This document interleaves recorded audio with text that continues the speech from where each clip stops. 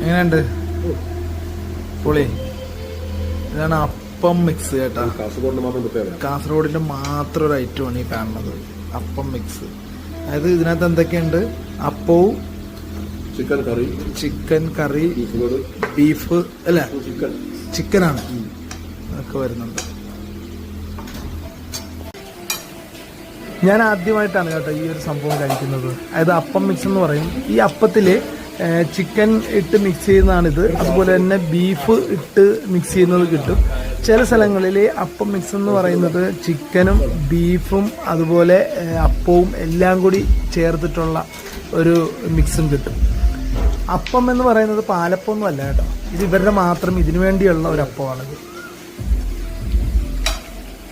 ഒരു രക്ഷയില്ലാത്ത സൂപ്പർ കാസർഗോഡിന്റെ സ്വന്തമായിട്ടാണ്. ഇതിന്റെ ഈ അപ്പത്തിന്റെ മാവൊക്കെ ഇതിനുവേണ്ടി മാത്രമുള്ളതാണ് കേട്ടോ. അതും അതുപോലെ തന്നെ ചിക്കനും ബീഫും ഒക്കെ കൂടി വന്നു കഴിയുമ്പോൾ അല്ലാത്ത ടേസ്റ്റാണ്.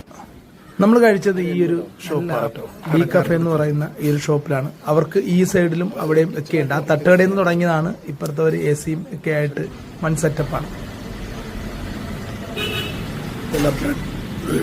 ബ്രെഡ് പോക്കറ്റ്, അതായത് നമ്മുടെ ബ്രെഡും അതിനകത്ത് ഷവർമയുടെ ആ ഒരു സംഭവമാണ് കേട്ടോ ഇത്. ബ്രെഡ് പോക്കറ്റ് എന്ന് പറയും. നമ്മുടെ പോക്കറ്റ് ഷവർമ, പക്ഷെ പോക്കറ്റ് ഷവർമയ്ക്ക് നമ്മൾ ബ്രെഡ് അല്ലല്ലോ, ബ്രെഡില് ഷവർമ വെച്ചിട്ടുള്ളൊരു സംഭവം. നോക്കാം എങ്ങനെ